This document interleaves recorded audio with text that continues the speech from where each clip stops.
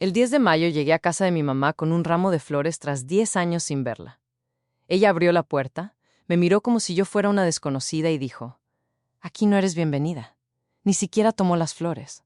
4 meses después, cuando estrené la casa de 16 millones de pesos que acababa de comprar en San Jerónimo, Lídice, mis papás, Raúl y Leticia, aparecieron furiosos en la entrada. Mi mamá se metió casi a empujones y gritó: «Frente a mis invitados, nos has estado mintiendo todos estos años. Te hiciste pasar por pobre cuando claramente tienes dinero». Esa vez no rogué. Fui yo quien les pidió que se fueran. Me llamo Elisa Aguilar. Entonces tenía 32 años, casi 33. Y todo empezó con una llamada de mi tía Rosario, una de las pocas personas de mi familia que nunca me había cerrado la puerta. «Elisa, mi niña, necesito hablar contigo», me dijo. «Me quedé pensando en tus papás.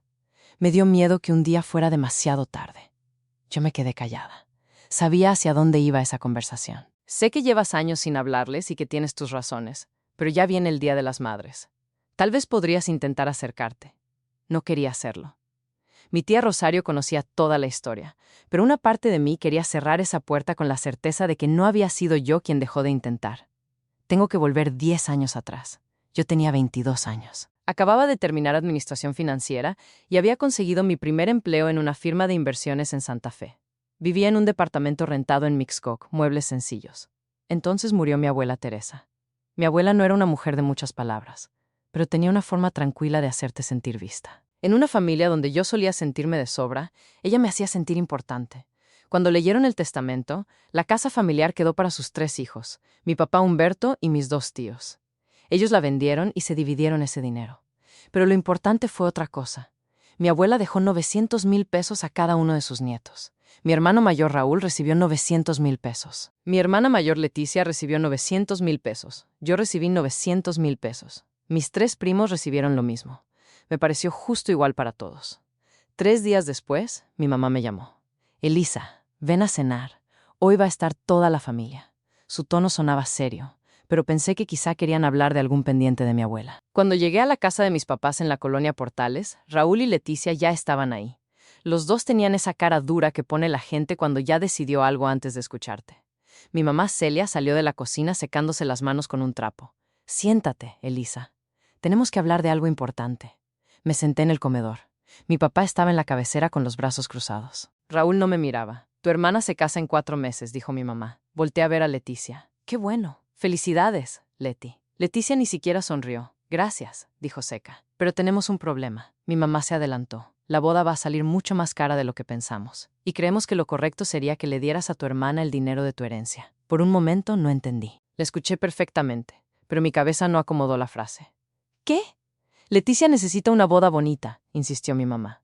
«Con esos 900,000 pesos podría cubrir casi todo lo fuerte: el salón, la comida, la música, el vestido, la fotografía». Sentí que me ardía la cara, pero ese dinero es mío. Mi abuela me lo dejó a mí. Mi papá soltó un resoplido. «No seas egoísta, Elisa. En una familia uno se apoya cuando hace falta». Miré a Raúl. Raúl también recibió 900,000 pesos. Y mis primos también. «¿Por qué solo me lo están pidiendo a mí?» «Porque Leticia lo necesita más que tú», dijo mi mamá, como si eso cerrara la discusión. Ahí estaba otra vez esa sensación vieja. Mis necesidades podían esperar, pero las de Raúl y Leticia eran urgentes. Me puse de pie. «No, no voy a entregar mi herencia. Ese dinero es mío y lo voy a usar para mi futuro». Leticia se levantó de golpe. «Eres una egoísta, Elisa, siempre pensando solo en ti. No es egoísmo no dejar que me quiten lo que mi abuela me dejó. Si no me das ese dinero, no estás invitada a mi boda», dijo ella. Respiré hondo. «Está bien, no voy a dejar que me chantajeen». Mi papá golpeó la mesa con la mano. «Entonces, vete de esta casa». Lo miré sin poder creerlo. «¿Estás hablando en serio?» «Completamente en serio», dijo. «Eres una malagradecida. Si para ti el dinero vale más que tu hermana, entonces desde hoy para nosotros ya no eres parte de esta familia». Mi mamá no lo contradijo. Al contrario, me miró con frialdad. «No vuelvas hasta que estés lista para hacer lo correcto». Sentí como si me hubieran empujado al vacío. Yo sabía que mis papás siempre me habían tratado distinto. Raúl era el responsable, Leticia la consentida y yo la que tenía que ceder. Pero eso era expulsarme de mi propia familia por no entregarles mi dinero. No lloré frente a ellos. Tomé mi bolsa y caminé hacia la puerta. Antes de salir, escuché a Leticia decir: «Qué pena que mi propia hermana sea así». No respondí. Si abría la boca, iba a quebrarme.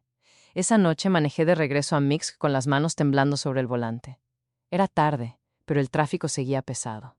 Una parte de mí esperaba que al día siguiente alguien llamara para decirme que todo se había salido de control, pero nadie llamó. Pasaron días. Luego semanas mandé mensajes de cumpleaños a mi mamá, a mi papá, a Raúl y a Leticia. Mensajes cortos, educados, sin reproches. Nadie respondió. Después de meses de silencio, dejé de intentarlo. Con el tiempo entendí que hablaban en serio. Yo dejé de ser parte de la familia cuando me negué a financiar la boda de Leticia.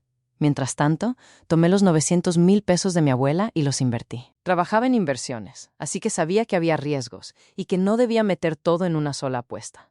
A través de un contacto de la firma, supe de una ronda privada en una empresa médica mexicana de diagnósticos rápidos. Estudié sus números, su equipo, el mercado. No fue un impulso. 5 años después, esa empresa se volvió pública y mi inversión llegó a valer cerca de 36 millones de pesos. Fue un caso raro, de esos que no pasan todos los días. Pero yo había entrado temprano y la empresa creció mucho más de lo esperado. No renuncié ni salí a presumir. Seguí trabajando y reinvertí parte de esas ganancias en una empresa de inteligencia artificial aplicada a análisis médicos y financieros. A los 10 años de aquel pleito, mi patrimonio rondaba los 180 millones de pesos entre inversiones y efectivo. No todo era dinero disponible. Buena parte podía subir o bajar, pero mi vida cambió y mi familia no sabía nada. Ellos me habían cortado por completo. No sabían dónde trabajaba exactamente. No sabían qué hacía con mi vida. No sabían si me iba bien o mal. Yo tampoco tenía interés en contarles. Por eso la llamada de mi tía Rosario me movió tanto. El Día de las Madres estaba a 2 semanas. Después de pensarlo mucho, decidí hacer un último intento. No por culpa ni porque creyera que yo debía disculparme. Lo hice porque necesitaba saber si todavía quedaba algo que salvar. El 10 de mayo compré un ramo de rosas y lirios. Me arreglé con cuidado. Manejé hasta la casa donde crecí y me quedé unos segundos dentro del coche antes de bajar. No había estado ahí en 10 años. La fachada seguía igual, la misma reja negra, la misma maceta enorme, las mismas cortinas claras. Toqué el timbre. Mi mamá abrió. Cuando me vio, su cara cambió varias veces. Primero sorpresa, luego confusión, después molestia. ¿Qué haces aquí?, preguntó. Tragué saliva. Hola, mamá. Feliz Día de las Madres. Le extendí las flores. Quería ver si podíamos hablar, tal vez arreglar las cosas. Mi mamá no tomó el ramo. Detrás de ella alcancé a ver a mi papá, a Raúl y a Leticia con sus parejas. Leticia tenía 2 hijos pequeños, niños que yo nunca había conocido.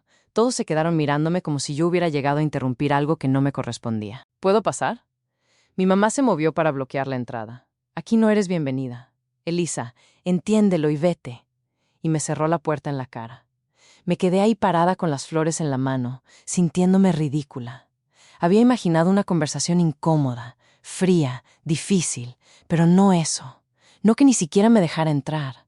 Después de unos minutos volví al coche. Dejé el ramo en el asiento del copiloto y manejé sin música, sin hablar, sin llorar. Luego llamé a mi tía Rosario. No me dejó ni pasar de la puerta, le dije. Hubo silencio del otro lado. Entonces quizá ya no deberías seguir intentando, respondió. Si te van a tratar así, no tiene caso que te sigas golpeando contra la misma pared. Tenía razón. Ese día entendí algo. Yo no podía obligar a nadie a quererme, pero sí podía dejar de rogar por un lugar donde no me querían. Y ese rechazo me dio el empujón que necesitaba. Con un patrimonio sólido y suficiente liquidez, yo seguía viviendo en un departamento rentado. Era cómodo, pero no era mío.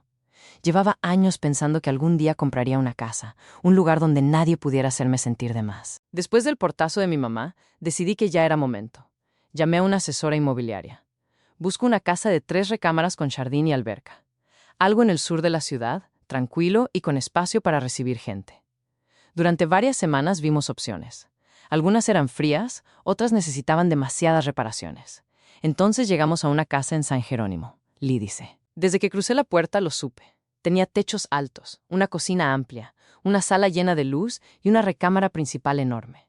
Pero lo que me ganó fue el jardín alberca, terraza y espacio para mesas, plantas y asador. No era una mansión, pero se sentía abierta y cálida. El precio era de 16 millones de pesos. No necesitaba hipoteca. Ofrecí comprar sin crédito, con transferencia y documentación completa. Entre papeles, notaría y transferencias. Cerramos en unas semanas. Así, de pronto tenía casa. El día de la mudanza fue uno de los más emocionantes de mi vida.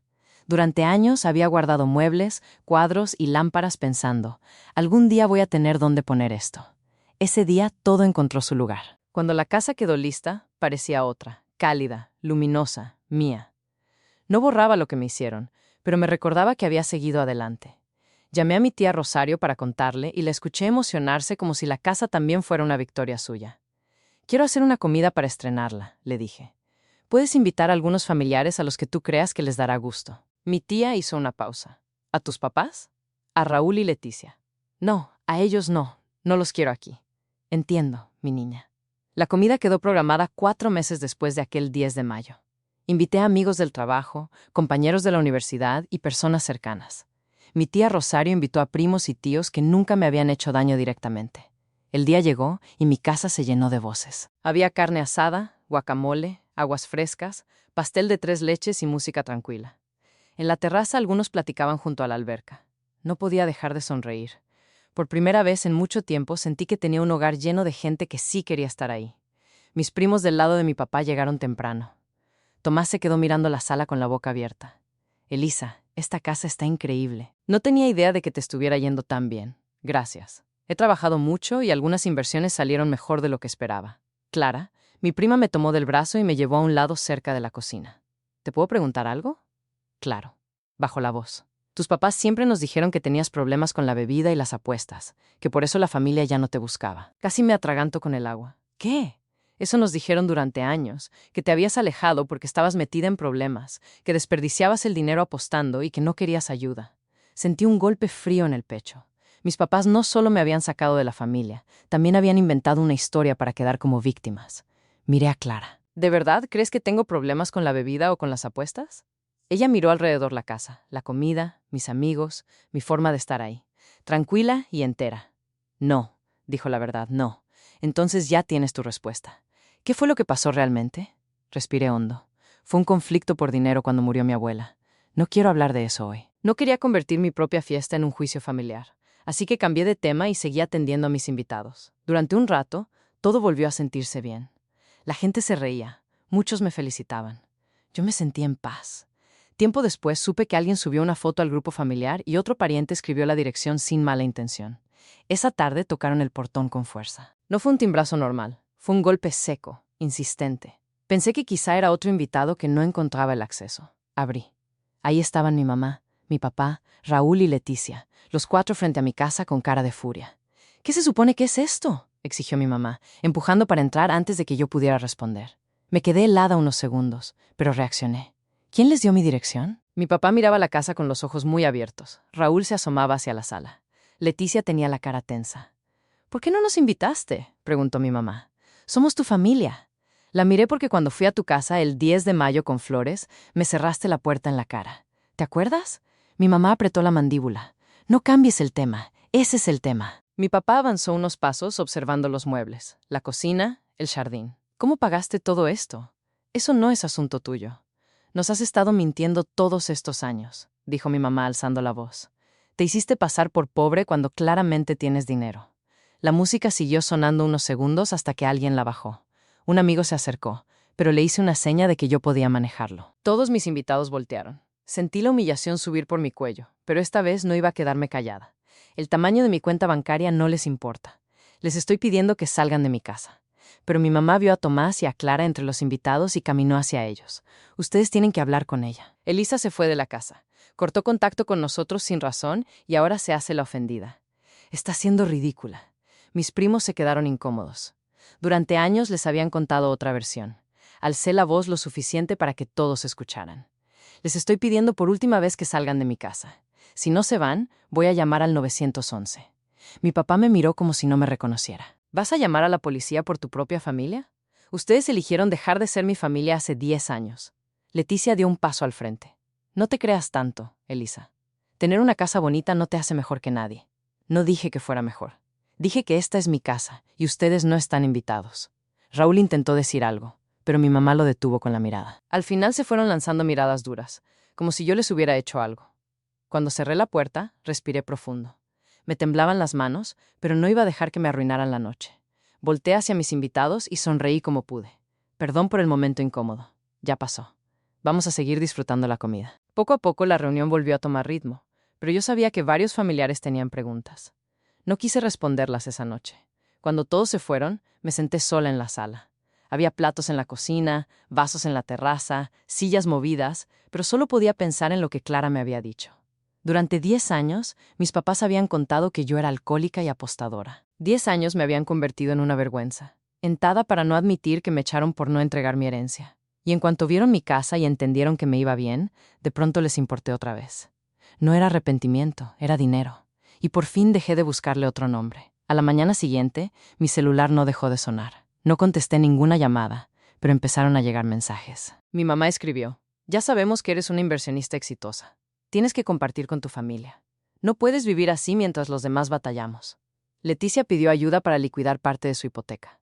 Raúl dijo que su coche fallaba y que su esposa estaba embarazada. Leí los mensajes sentada en la cocina y solté una risa amarga. Después de 10 años de silencio, de cerrarme la puerta y de inventar mentiras sobre mí, regresaban con la mano extendida. No respondí. Bloqueé sus números. Una semana después, mi tía Rosario me llamó. «Elisa, tus papás me han estado llamando sin parar. ¿Quieren que yo te presione para que hables con ellos? ¿Y qué les dijiste?» «Que tuvieron su oportunidad cuando fuiste con flores el 10 de mayo y te cerraron la puerta. También les dije que se nota mucho que ahora sí les interesas porque se enteraron de que tienes dinero». «Gracias, tía. Pensé que al bloquearlos terminaría todo. Me equivoqué». Unas semanas después. Llegué del trabajo ya de noche y vi el sedán viejo de mis papás estacionado frente a mi casa. Estaban los dos adentro esperando. Mi papá se bajó de inmediato. «Elisa, tenemos que hablar». «No, no tenemos». Mi mamá se acercó con una sonrisa falsa. «Mi niña, por favor. Somos familia. Podemos arreglar esto». La miré sin moverme. «Dejamos de ser familia hace 10 años cuando me corrieron por no darle a Leticia mi herencia». «Eso fue hace mucho», dijo mi papá. «Todos dijimos cosas que no queríamos decir». «No, ustedes sí querían decirlas cada palabra. Y la única razón por la que están aquí ahora es porque se enteraron de que tengo dinero». La sonrisa de mi mamá desapareció. «Y si así fuera, deberías ayudar a tu familia. Para eso es la familia». ¿Dónde estaba esa familia cuando yo estaba empezando mi carrera? ¿Dónde estaba cuando les mandé mensajes de cumpleaños y nunca contestaron? ¿Dónde estaba cuando fui el 10 de mayo con flores? No respondieron. «Salgan de mi propiedad. Si vuelven a venir sin invitación, voy a llamar al 911. Se subieron al coche, pero eso no había terminado. La semana siguiente aparecieron en mi trabajo. Alguien les dijo el nombre de la firma.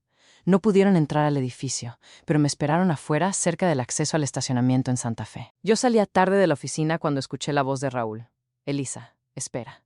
Me giré y los vi. Mi mamá, mi papá, Raúl y Leticia caminaban hacia mí.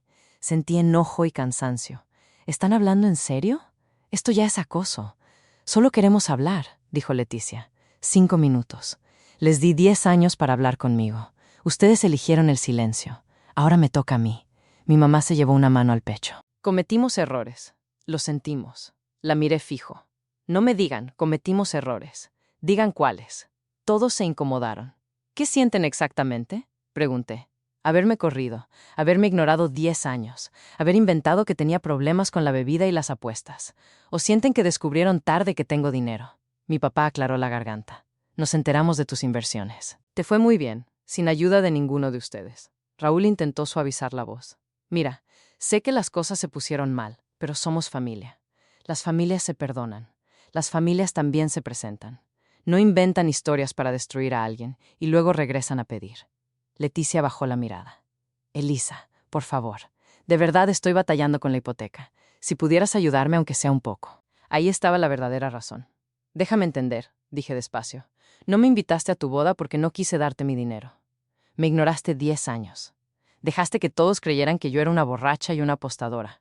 Pero ahora quieres que te ayude a pagar tu hipoteca. Eras joven y tonta», dijo Leticia. «Ya no soy la misma». «Sí, eres la misma. Lo único diferente es que ahora necesitas dinero». Caminé hacia mi coche. «Si vuelven a buscarme en mi casa o en mi trabajo, voy a levantar un reporte por acoso y a pedir medidas legales para que dejen de acercarse». Eso por fin pareció hacerles efecto. No me siguieron. No. Volvieron a aparecer en mi oficina ni afuera de mi casa. Pero el daño ya estaba hecho. Habían abierto heridas que yo creía cerradas. Durante semanas me costó volver a sentirme tranquila. Algunas noches recordaba aquella cena. La voz de mi papá y la puerta de mi mamá cerrándose frente a mí. La parte buena era que mi vida fuera de ese drama iba bien. Mi portafolio seguía creciendo. En el trabajo me habían dado más responsabilidades y además había empezado a salir con alguien. Se llamaba Ignacio. Era ingeniero de software y lo conocí por amigos en común. Escuchaba, preguntaba y nunca intentaba decidir por mí. Cuando le conté mi historia, no intentó minimizarla. «No les debes nada, Elisa», me dijo una noche mientras cenábamos en mi casa. «No, después de todo eso». Hay días en que me pregunto si estoy siendo demasiado dura. Te corrieron por dinero, te ignoraron 10 años, mintieron sobre ti y ahora solo te buscan porque saben que te fue bien. Eso no es ser dura, eso es cuidarte. Tenía razón. Yo había construido una vida buena sin ellos. No iba a dejar que la rompieran. Con el tiempo empecé a hacer reuniones más seguido en mi casa. Venía mi tía Rosario, venían algunos familiares y había sobremesas largas junto a la alberca. Era extraño descubrir que sí podía convivir con familia sin estar cuidando cada palabra. En una de esas reuniones, Tomás sacó el tema que todos parecían evitar. «Elisa, tengo que preguntarte algo». Estábamos en la terraza con platos vacíos sobre la mesa y música baja de fondo. «Dime, ¿qué pasó realmente con tus papás? Porque lo que ellos nos contaron de la bebida y las apuestas, ya vimos que no era cierto». Clara, que estaba sentada cerca, también me miró. Decidí que ya era momento de decir la verdad. Les conté toda la herencia de mi abuela, los 900,000 pesos para cada nieto, la exigencia de entregar mi dinero para la boda de Leticia, mi negativa, el momento en que mi papá me corrió y el silencio de 10 años. Cuando terminé, nadie habló por unos segundos. Clara fue la primera. «¿Te desconocieron por eso?» «Sí». Tomás apretó la mandíbula. «Eso es horrible. Lo siento mucho, Elisa. Ya pasó». Dije, aunque no era del todo cierto, estoy mejor sin ellos. Y lo estaba. Mi casa era hermosa, mi carrera crecía, mi relación con Ignacio era sana. Mis primos empezaban a conocerme sin las mentiras de mis papás de por medio. Unos meses después, mi tía Rosario me llamó. «Tus papás han estado preguntándole a todos por tu nuevo número. Yo les dije que no se los iba a dar. Gracias. Espero que ya entiendan el mensaje». Creo que sí. Hace unas semanas que no me llaman.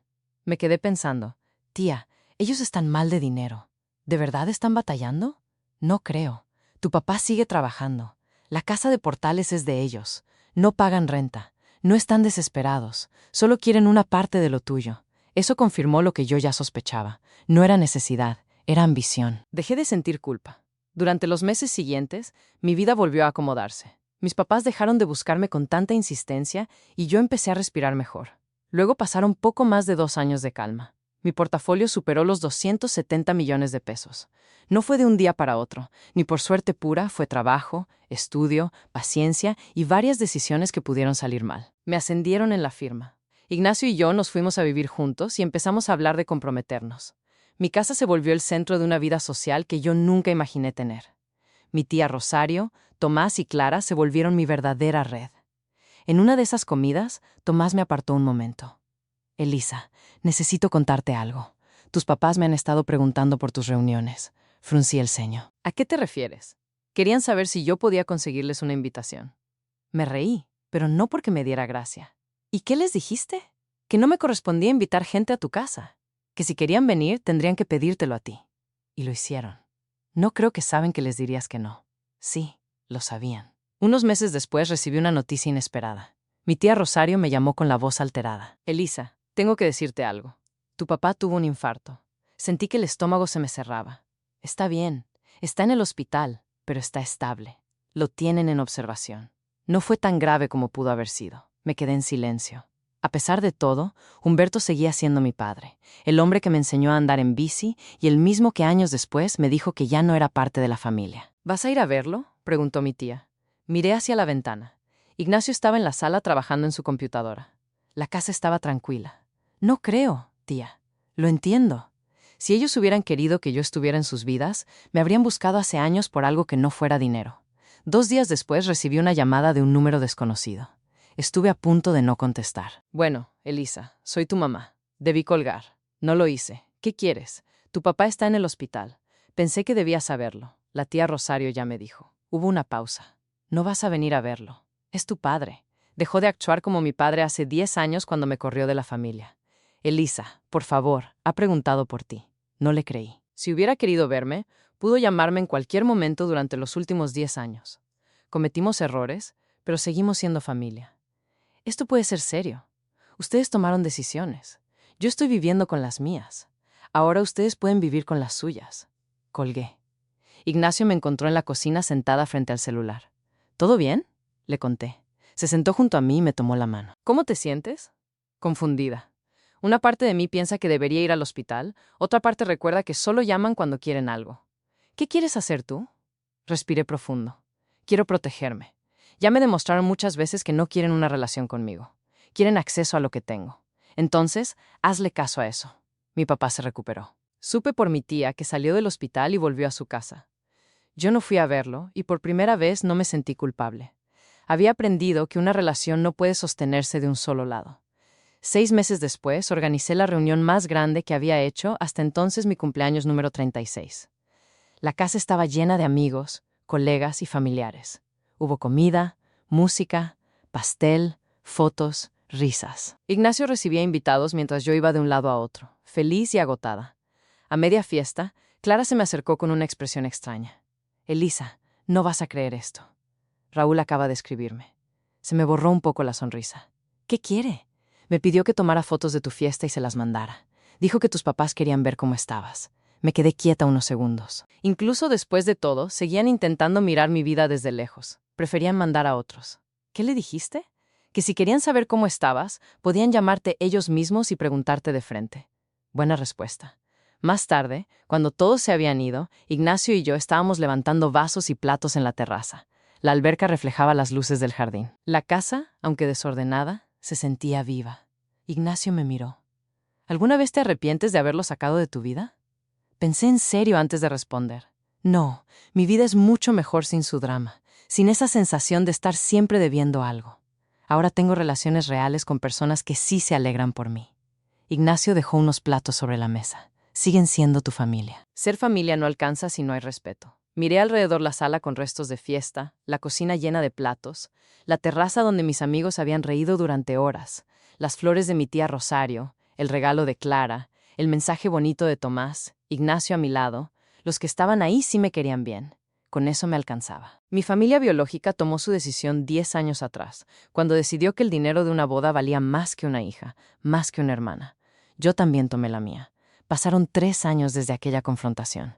Mis papás nunca dejaron del todo de buscar formas de regresar a mi vida. A veces preguntaban por mí, a veces intentaban hacer llegar mensajes, a veces fingían preocupación, pero nunca ni una sola vez pidieron perdón de verdad. Nunca dijeron, nos equivocamos al correrte. Nunca dijeron, mentimos sobre ti. Nunca dijeron, te lastimamos. Nunca preguntaron cómo había estado yo esos 10 años. Nunca quisieron saber quién era la mujer en la que me había convertido. Nunca mostraron interés real por mi vida. Siempre era lo mismo. ¿Qué tienes? ¿Cuánto ganaste? ¿Cómo nos puedes ayudar? ¿Qué nos toca? Lo que más me tardé en entender fue que no me dolió solo que me pidieran mi herencia. Me dolió que cuando dije no, dejaron de verme como hija, como hermana, como persona. Después vinieron 10 años de silencio, la puerta cerrada el 10 de mayo, las mentiras sobre la bebida y las apuestas. Y al final, cuando supieron que me había ido bien, volvieron hablando de familia como si esa palabra borrara todo. Tardé años en aceptarlo, pero ese límite me salvó. No me quitó una familia, me quitó la obligación de seguir esperando una. Ya.